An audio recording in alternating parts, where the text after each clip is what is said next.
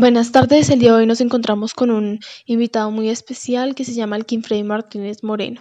Él es un antropólogo de la Universidad Nacional y nos va a explicar un poco más de su experiencia ejerciendo la profesión de antropología.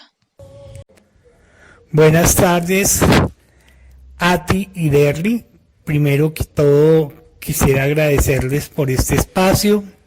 En segundo lugar, quisiera comentarles de qué trata la antropología. La antropología, en principio, llega a Colombia a partir de lo que es el estudio etnográfico, de la etnografía. De hecho, el Instituto Etnográfico fue la primera escuela de antropología que existió aquí en Colombia. Luego, en el tiempo, pues ya la Universidad Nacional crea la Facultad de Ciencias Humanas y dentro de la Facultad de Ciencias Humanas ya aparecía el programa de antropología. La antropología se divide básicamente en tres áreas del conocimiento. Una que es la arqueología, la segunda la antropología social y la tercera la antropología física. En muchos países la arqueología y la antropología se encuentran separadas. Al interior de la Universidad Nacional, el programa de antropología, uno puede ver como una de las especializaciones la arqueología. ¿De qué trata la arqueología en Colombia? Trata de buscar macrorestos de dinosaurios, de animales que eran demasiado grandes y que habitaban en nuestra prehistoria, pero también trata de la búsqueda del registro material que dejaron las comunidades indígenas que habitaban nuestro territorio. La arqueología también se ha utilizado para descubrir algunas situaciones que nos dejan diferentes comunidades en términos de su realización cultural y por ello es muy importante. ¿Qué se hace básicamente en la arqueología? Pues uno llega a un espacio físico en el cual por las investigaciones de fuentes o por la tradición oral o por algún huaquero que ha informado, se encuentra unos vestigios de registro material. Entonces uno lo que hace es empezar a excavar con diferentes métodos que existen. Puede ser el decapage, que básicamente es ir limpiando poco a poco con brochas, con pequeños palustres, el espacio para ir despejando ese registro que va brotando del suelo. La otra metodología es depende de cómo ha sido el enterramiento o si lo que estamos excavando es un asentamiento de un pueblo o de una casa o lo que estamos buscando es un basurero. Habitualmente donde más se encuentra registro material de las civilizaciones son en los basureros, porque es un gran depósito de evidencias que van dejando las personas que vivieron en ese espacio. He tenido la oportunidad de hacer arqueología en Cipí, en Cimití, al sur de Bolívar, y en Fonseca, Guajira, y allí encontramos varias vasijas, varios cementerios indígenas asociados con oro, asociados con cerámica, con sellos hechos en cerámica por las mismas comunidades. La segunda parte de la antropología a la que me quería referir era la antropología física. Básicamente lo que se hace es que con la reconstrucción de esos esqueletos que se han encontrado en los hallazgos arqueológicos o con esqueletos que se han encontrado en tumbas tales como las tumbas comunales, lo que hace el antropólogo físico es reconstruir la imagen, reconstruir cómo era esa persona. Ello se hace mediante algunos programas de sistemas y también con unas técnicas de modelado que nos dan una plastilina especial para hacer ese ejercicio en en el rostro o en el cráneo de la persona que queremos reconstruir. Ya cuando se tienen más o menos definidos los rasgos físicos de la persona, entonces ya se le da como la parte artística, que es colocarle pelo, que es darle color a las tez, de acuerdo como a la información que nosotros hemos ido recolectando del personaje. Y en tercer lugar, la antropología abarca la parte social. Esta parte social se divide en dos. Una parte social indígena, entonces hay unos antropólogos que son indigenistas, y la otra parte es la antropología, la parte social que abarca la parte urbana o campesina. Cualquiera de estas tres ramas o subramas de la antropología nos permite estar en contacto con culturas vivas. Y eso es muy importante, porque además de tener en cuenta ese registro material propio de cada cultura, podemos mantener una estrecha relación con ese material espiritual de dichas culturas. Por mi parte, yo me incliné hacia la antropología indigenista, en la cual he tenido la oportunidad de vivir con diferentes comunidades indígenas por largos años. Entonces, por ejemplo, con los Ica, Cogis, Arsario, Chimilas de la Sierra Nevada de Santa Marta, pues he podido convivir alrededor de 7 años, casi una misma cantidad de tiempo pude vivir con los hermanos Guayú de La Guajira, y las últimas experiencias las he vivido en la parte amazónica con comunidades ya de selva. Es interesante este tipo de miradas, porque cada uno tiene la posibilidad de compartir experiencias, sueños. Cada comunidad es diferente, tiene sus propias cosmologías, sus propios mitos, sus propios ritos, y son comunidades que en algún momento tienen cierta resistencia hacia la sociedad occidental por toda la contaminación que existe desde la mirada del hombre blanco. Por otro lado, quería comentar que en la experiencia de vivir con comunidades indígenas, algunos antropólogos que están ligados a lo que se ha denominado la antropología comprometida se han quedado a vivir y hacen parte de dichas comunidades. Inclusive cuando otros antropólogos o turistas llegan a esas comunidades, ellos son los que salen como a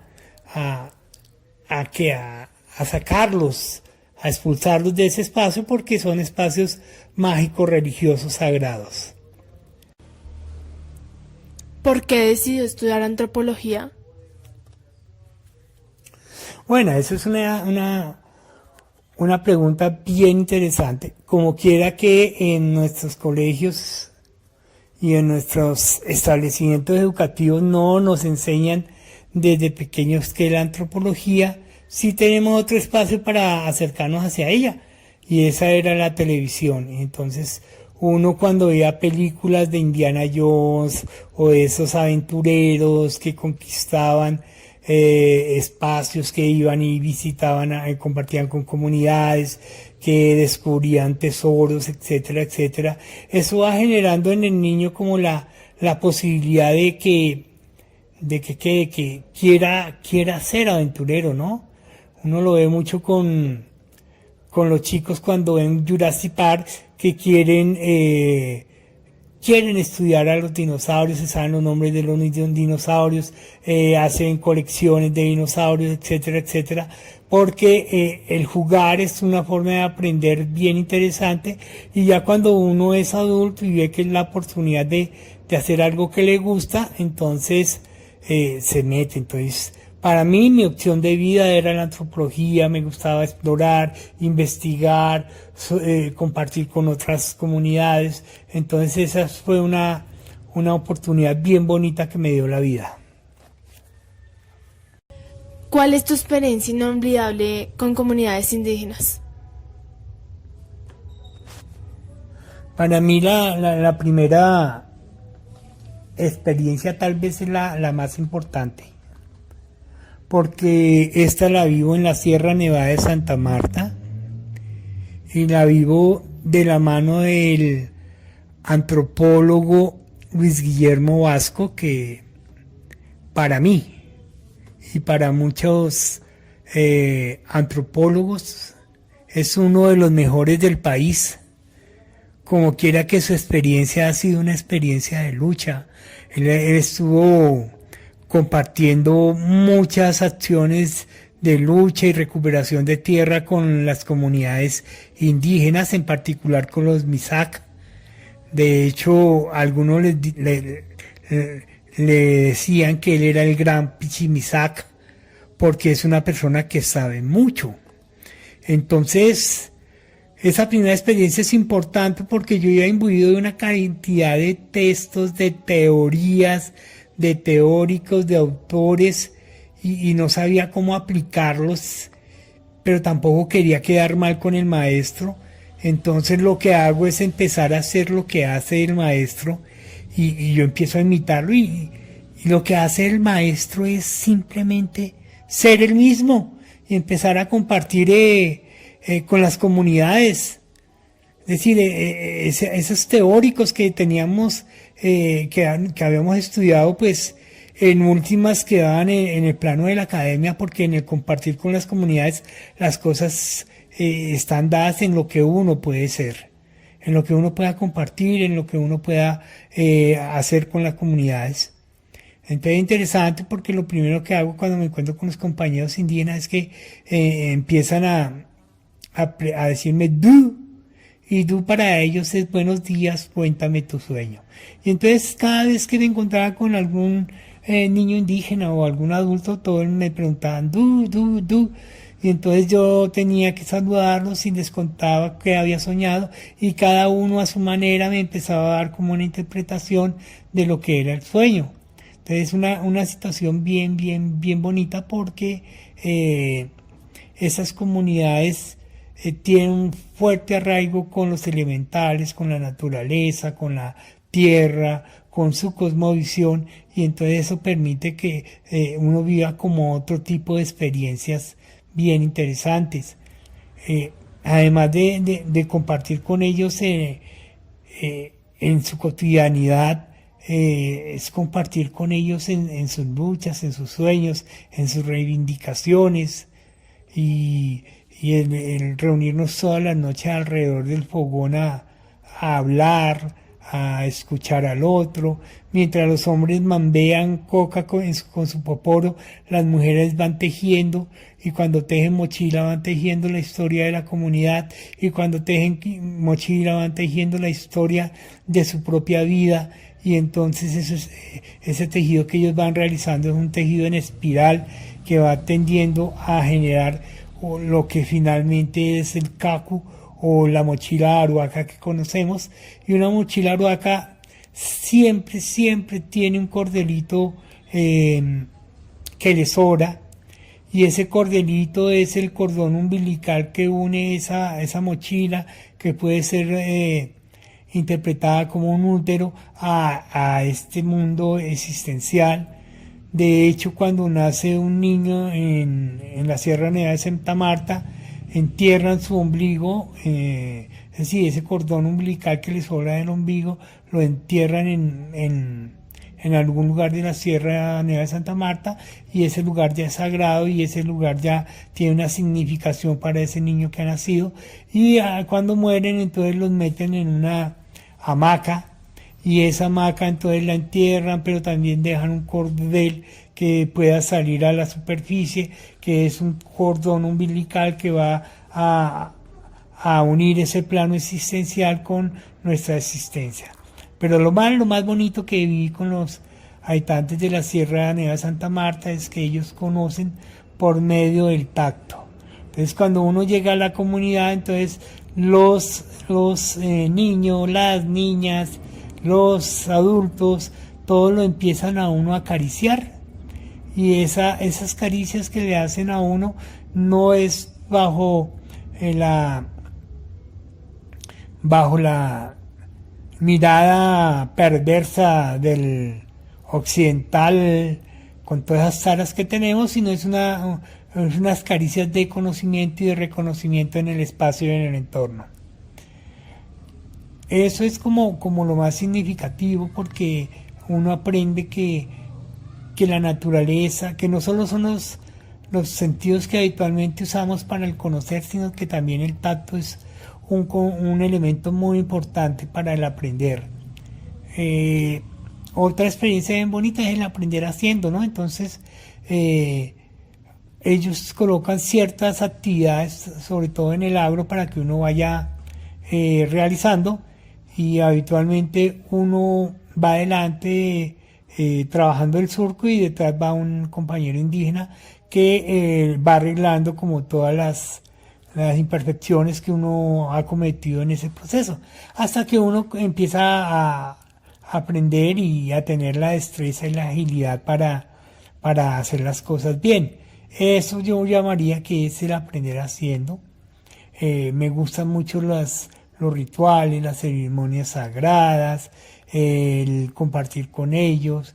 De hecho, en la Sierra Nevada de Santa Marta ellos son los hermanitos mayores y nosotros somos los hermanitos menores. Ellos han adquirido un conocimiento muy grande a través de ese contacto que tienen con la naturaleza, con Cacuceranco, a su Dios, con la Sierra Nevada de Santa Marta, que es su Dios, con el conocimiento que le da el ayo o la coca. Y entonces es bien importante como aprender, como que ellos tienen mucho conocimiento y muchas cosas que enseñarnos a nosotros. ¿Cómo se ha podido acercar a esas comunidades indígenas? Bueno, primero que todo quiero comentarte que es bastante complejo uno acercarse a las comunidades, porque hay que hacer un estudio previo, hay que mirar fuentes, hay que mirar autores para saber qué han escrito de dichas comunidades, cuáles son sus culturas, qué les gusta hacer, cuáles son sus tótems, cuáles son las normas que tienen dentro de la comunidad. Y ya cuando uno tiene esos elementos, entonces ya uno puede irse al campo y empezar como a hacer esas aproximaciones. Por ejemplo, les cuento que cuando la primera vez que fuimos a la Sierra Nevada de Santa Marta, lo primero que nos hacen hacer es hablar con el cabildo gobernador.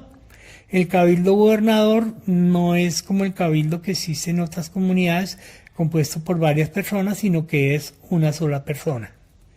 Entonces, cuando uno se presenta, lo primero que dice el cabildo gobernador es, o que nos dice es: no estamos de acuerdo que ustedes vengan, porque ustedes entran a perturbar como la armonía que nosotros tenemos en el territorio. Lo curioso es que dice no, todo lo habla en plural y no lo habla a nivel singular, pero solo está hablando una persona. Entonces, sin embargo, nos dice que regresemos al otro día porque va a hacer algunas consultas. Al otro día efectivamente regresamos y entonces nos dice que sí, que a ellos les parece muy importante nuestra presencia en el territorio, porque vamos a contribuir al fortalecimiento de su comunidad. Perfecto. Pero que sin embargo vayamos al siguiente día para que él nos pueda como oficializar el ingreso a la comunidad. Y ese otro día nos vuelve a decir que lo han pensado bien, pero que no es conveniente. Y así nos tuvieron alrededor de unos 20 días, yendo casi todos los días a hablar con el cabildo gobernador, hasta que al fin decidieron que sí podíamos hacer parte de ese proceso. Ya cuando uno llega a la comunidad, la mayoría de las comunidades que se encuentran al interior de la misma cultura, es decir, al interior de los espacios geográficos, son culturas que han tenido muy poco contacto con el hombre blanco y no manejan la lengua española, sino que hablan en lengua vernácula. Entonces lo que uno tiene que hacer es empezar a comunicarse con ellos, ya sea por señas o por otro tipo de formas de comunicación. Pero lo importante es intentar siempre comprender de qué es lo que están ellos hablando y comprender Es decir, no malinterpretar las cosas y tampoco hacer acciones que vayan en contra de la comunidad como tal. Esa es como una situación bien importante. Siempre hay que respetar todo lo que la comunidad nos dé, todo lo que la comunidad nos ofrezca, porque de allí depende nuestra permanencia y depende nuestra posibilidad de poder compartir con ellos.